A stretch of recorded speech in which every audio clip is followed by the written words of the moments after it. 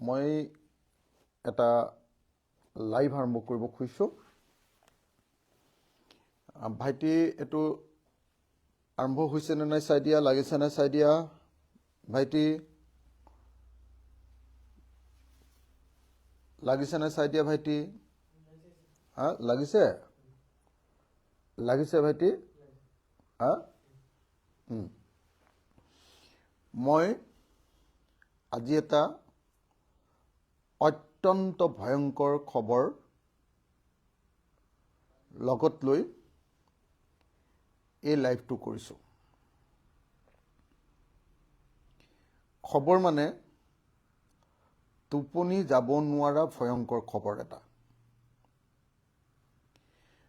ভাৰতবৰ্ষৰ সংবিধানক ভৰিৰে মোহাৰি ভাৰতবৰ্ষৰ জনতাক তেওঁলোকৰ মৌলিক অধিকাৰৰ পৰা বঞ্চিত কৰি বিজেপিয়ে দেশখনক সম্পূৰ্ণৰূপে খতম কৰি দিব পৰা এটা অত্যন্ত ভয়ংকৰ খবৰৰ কালি মই সাক্ষী হলোঁ। মই কালি ঘূৰি ফুৰোতে কালি সন্ধিয়া 8 বজাত বিজেপিৰ সভাপতি, ৰাজ্যিক সভাপতি আমাৰ দিলীপ শইকীয়া ডাঙৰীয়াৰ এটা ভিডিঅ' কনফাৰেন্স ঘটনাক্ৰমে চাবলৈ পালোঁ। কালি 8 বজাত, কালি সন্ধিয়া 8 বজাত, মানে আজি 5 তাৰিখটো, কালি 4 তাৰিখ, 4 ডিচেম্বৰ 2025 তাৰিখৰ দিনা বিজেপিৰ সভাপতি, ৰাজ্যিক সভাপতি দিলীপ শইকীয়া ডাঙৰীয়াই এটা ভিডিঅ' কনফাৰেন্স কৰিছিলে। কনফাৰেন্স কৰিছিলে তেখেতসকলৰ মন্ত্ৰীবিলাকৰ লগত, বিজেপি চৰকাৰৰ, তেখেতসকলৰ বিধায়কবিলাকৰ লগত, তেখেতসকলৰ জিলাৰ সভাপতিসকল আছিলে। এইটো আছিলে বিজেপি দলৰ কালি ভিডিঅ' কনফাৰেন্স। মই আকস্মিকভাৱে এটা ঠাইত সেই ভিডিঅ' কনফাৰেন্সটো চাবলৈ পালোঁ। চোৱাতকৈ মই দেখিছোঁ চালে মানে তেওঁলোকেও গম পাই যাব, গতিকে মই ভিডিঅ' কনফাৰেন্সটো শুনি আছিলোঁ। আৰু যিবিলাক কথা ভিডিঅ' কনফাৰেন্সটোত মই দিলীপ শইকীয়াৰ মুখেৰে শুনিলোঁ, মই নিজৰ কাণকো এতিয়ালৈকে বিশ্বাস কৰিব নোৱাৰা পৰিস্থিতি হৈছে। মোৰ লগত মোৰ দলৰ এজন অত্যন্ত গুৰুত্বপূৰ্ণ লিডাৰো আছিলে, তেওঁ শুনিছে।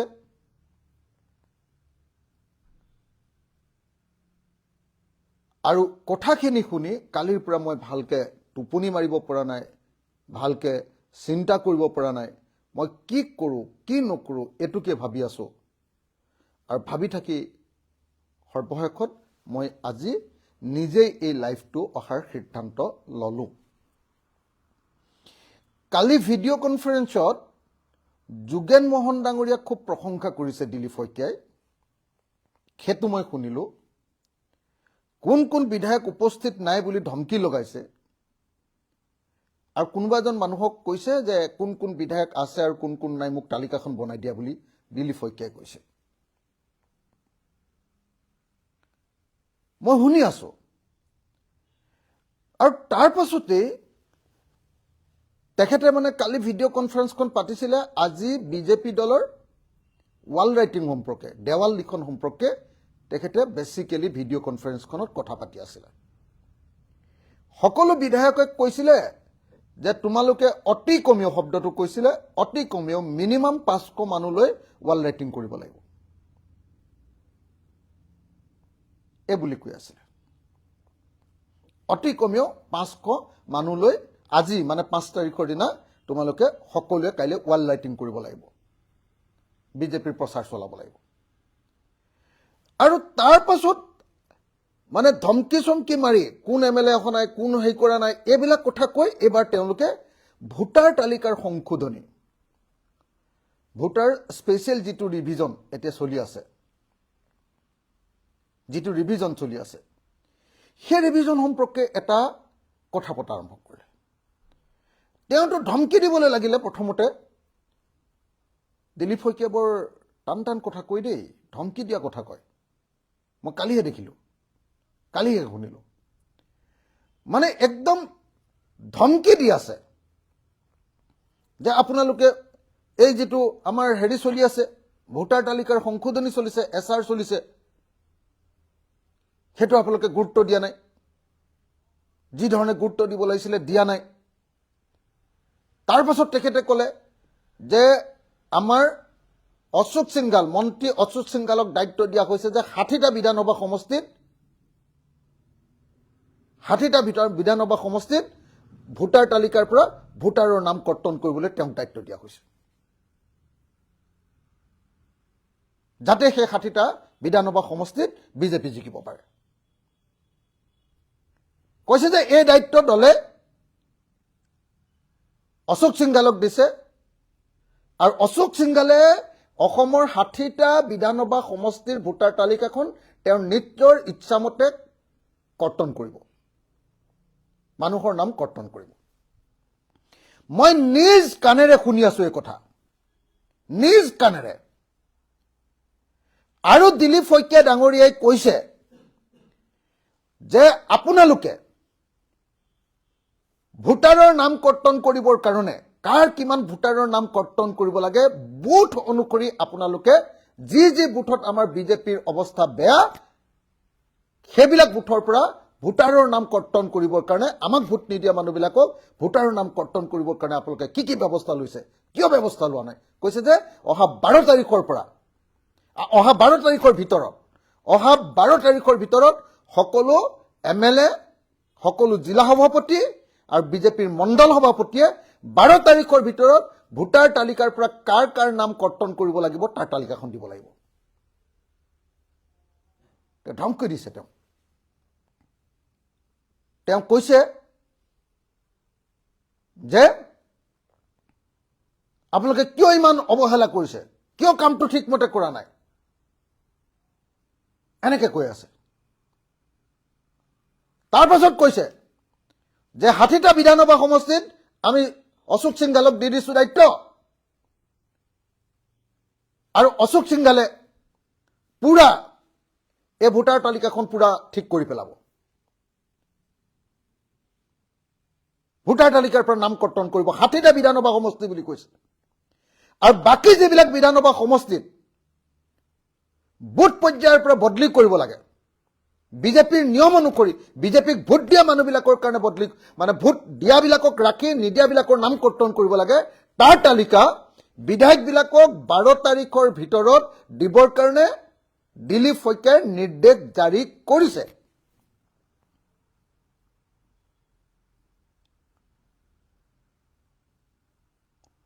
মই এজন বিজেপি লিডাৰৰ মোবাইলত প্ৰথমতে চালো তাৰপিছত মোক দেখি যাব বুলি ভাবি মই সাউণ্ডটো শুনি আছো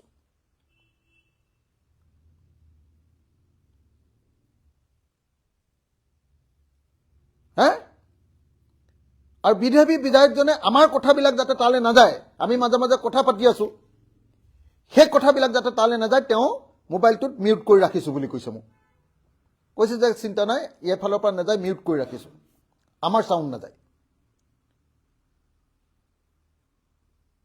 আশ্চৰ্যজনক ঘটনা মই টাইমটো পৰ্যন্ত আপোনালোকক কৈ দিছো যে 8টা বজাত বোধহয় হেৰিখন আছিলে 8টা বজাত বোধহয় তেওঁলোকৰ এই কি কয় ভিডিঅ' কনফাৰেন্সখন আছিলে বোধহয় 8:10 মই ইমান মনত ৰখা নাই আৰু 8:10-12 মানত আৰম্ভ হৈছে যেন লাগিছে মোৰ ভিডিঅ' কনফাৰেন্সখন আৰু অলপ দীঘলীয়াকৈ চলি আছে তো 8:38-40 মানত বোধহয় 8:40 মানত বোধহয় মানে দিলীপ শইকীয়াই এই কথাকেইটা কৈছে মই নিজ কাণেৰে শুনি আছো আৰু মোৰ লগত মোৰ দলৰ এজন গুৰুত্বপূৰ্ণ সতীৰ্থই এই কথাবিলাক পুৰা শুনি আছে। এতিয়া এই কথাটো মই মিছাকে কৈছো বুলিতো নিশ্চয় সকলোৱে হুলস্থুল কৰিব। অসমৰ মুখ্যমন্ত্ৰীয়েটো একেবাৰে মানি নল'ব। সেইকাৰণে মই আজি যেতিয়া মই এই লাইভটো কৰিম বুলি কৈছিলো তেতিয়াই মই 2 বাৰ হিমন্ত বিশ্ব শৰ্মাক টেগ কৰি দিছো, মেনশ্যন কৰি দিছো যে আপুনি মোৰ এই লাইভটো শুনিব। মোৰ লাইভ শুনিবলৈ আপুনি বৰ শান্তি পায় আৰু মোৰ লাইভ শুনিবলৈ আপোনাৰ টোপনিটো ভাল হয়।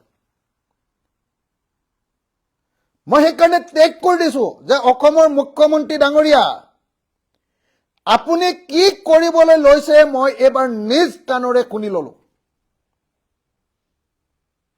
আপোনাৰ দলৰ ৰাজ্যিক সভাপতি দিলীপ শইকীয়াই স্পষ্ট ভাষাত আপোনালোকৰ মন্ত্ৰী য'ত যোগেন মোহনো সেই কনফাৰেন্সখনত উপস্থিত আছে, যোগেন মোহনক প্ৰশংসা কৰিছে। কোন কোন নাই বুলি বিধায়কক তাক তালিকা দিবৰ কাৰণে কোনোবাজনক মোক লিখি দিবি বুলি কৈছে। বিধায়ক বহু সংখ্যক আছে, জিলা সভাপতি আছে আৰু তাত অতি স্পষ্ট ভাষাৰে কৈছে দিলীপ শইকীয়াই যে ভোটাৰ তালিকাৰ যি ৰিভিজন চলি আছে এইটো কিয় আমাৰ পাৰ্টিৰ মানুহবিলাকে যিমান গুৰুত্ব দি ল'ব লাগে লোৱা নাই কিয়?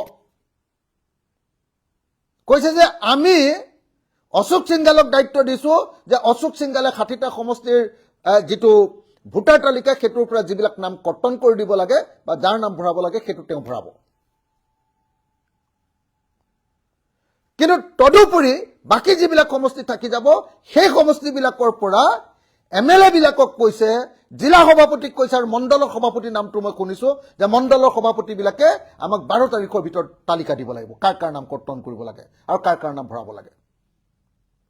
আৰু এনেকে কৈছে যে য'ত বিজেপিয়ে প্ৰতিটো বুথৰ পৰা য'ত বিজেপিৰ ভেটি দুৰ্বল সেইসমূহ বুথত থকা ভোটাৰৰ নাম কৰ্তন কৰিব লাগে আৰু তাৰ কাৰণে বিধায়ক, তাৰ কাৰণে জিলা সভাপতি আৰু তাৰ কাৰণে মণ্ডল সভাপতিয়ে তালিকাখন বনাই 12 তাৰিখৰ ভিতৰত জমা দিব লাগে বুলি কৈছে।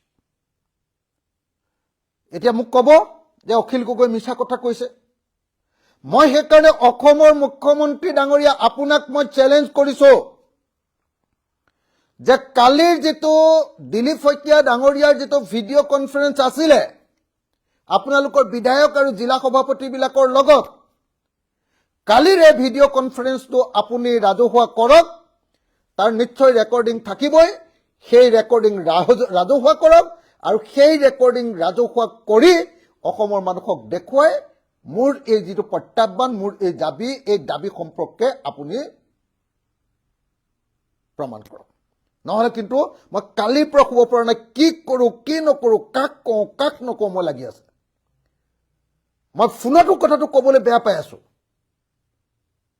সেইকাৰণে উপায় নাপায় আজি মই ফেচবুক লাইভ যোগে সমগ্ৰ অসমৰ মানুহক জনাব খুজিছো যে বিজেপিয়ে এতিয়া অসমৰ ভোটাৰ তালিকাখন নিজৰ ইচ্ছামতে এবাৰ ইঞ্জিনিয়াৰিং কৰিবলৈ লৈছে।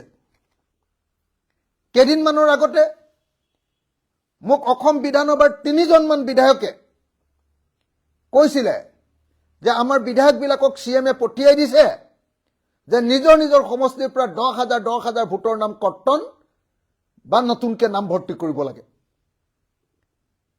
সেইটো মই বিধায়কৰ পৰা ইনডাইৰেক্টলি শুনিছিলো, মুখৰ পৰা ইনডাইৰেক্টলি শুনিছিলো। সেইটো কথা এজন মই সাংবাদিকৰ পৰা শুনিছিলো, চৰকাৰী পক্ষৰ এজন সাংবাদিকৰ পৰা শুনিছিলো একেটা কথা। এতিয়া কালি সন্ধিয়া 8 বজাৰ যিটো লাইভ আছিলে এই লাইভটোত মই নিশ্চিতভাৱে নিজ কাণেৰে নিজেই মই দিলীপ শইকীয়াৰ মুখেৰে পুৰা নিজৰ বক্তব্য, দিলীপ শইকীয়াৰ নিজৰ বক্তব্য, স্বয়ং দিলীপ শইকীয়াৰ বক্তব্য, স্বয়ং মই অখিল গগৈয়ে নিজে শুনিছো। আৰু তাত তেওঁ অসমৰ 60টা সমষ্টিৰ ভোটাৰ তালিকাখন সম্পূৰ্ণৰূপে বদলাই দিয়াৰ কাৰণে দায়িত্ব অশোক সিংঘালক দিছো বুলি কৈছে আৰু বাকীবিলাক সমষ্টিৰ কাৰণে যি মতে বুথ ৱাইজ ভোটাৰ তালিকা সংশোধন কৰিব লাগে, কাৰোবাৰ নাম যিমান মানুহৰ নাম যিবিলাকক বিজেপিক ভোট নিদিয়ে সেইবিলাকৰ নাম কৰ্তন কৰিবলৈ আৰু নতুনকৈ নাম ভৰ্তি কৰিবৰ কাৰণে কালি নিৰ্দেশ দিছে। আৰু দিলীপ শইকীয়াই পুৰা খঙত দমত কৈ আছে কথাখিনি।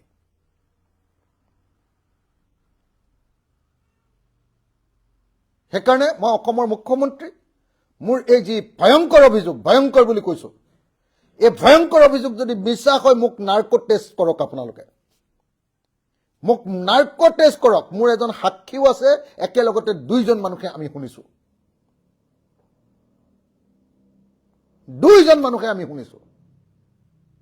একেলগতে দুইজন মানুহে আমি শুনিছো। আৰু সেইকাৰণে মই মুখ্যমন্ত্ৰীক দাবী জনাইছো, আৰু মই ভাবো যে আমাৰ বিৰোধী পক্ষৰ আটাইবিলাক দলে মিলি আমি ইমিডিয়েটলি ইলেকশ্যন কমিশ্যনৰ ওচৰলৈ যাব লাগে, আৰু ইলেকশ্যন কমিশ্যনৰ ওচৰলৈ গৈ কালিৰ যিটো আমাৰ দিলীপ শইকীয়াৰ যিটো ভিডিঅ' কনফাৰেন্স আছিলে, দিলীপ শইকীয়াৰ সেই ভিডিঅ'